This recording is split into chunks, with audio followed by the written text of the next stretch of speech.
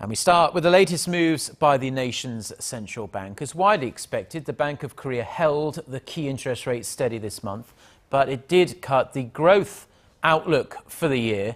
The central bank cited the negative impact of April's ferry disaster on domestic demand, but it was at pains to stress the Korean economy remains on a recovery path. Hwang Ji-hye reports.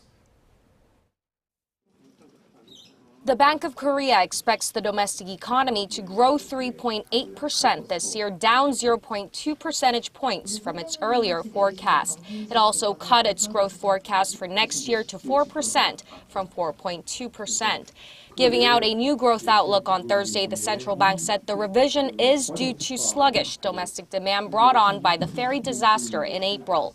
Although the new forecast indicates a slowdown in the pace of recovery, the bank said that it does not indicate a radical change in the bank's view that the overall domestic economy remains on a recovery track.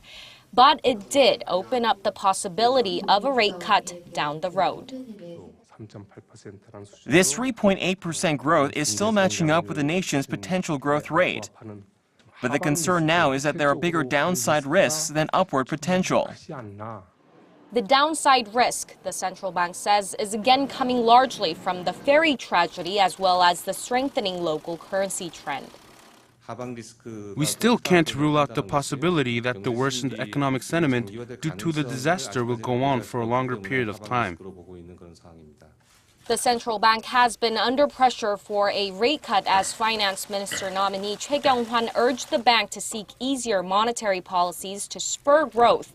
For this month, the central bank kept the key rate steady at 2.5% for the 14th straight month.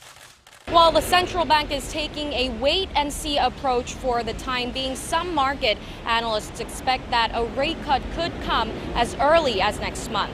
Hwang Ji-hye, Arirang News.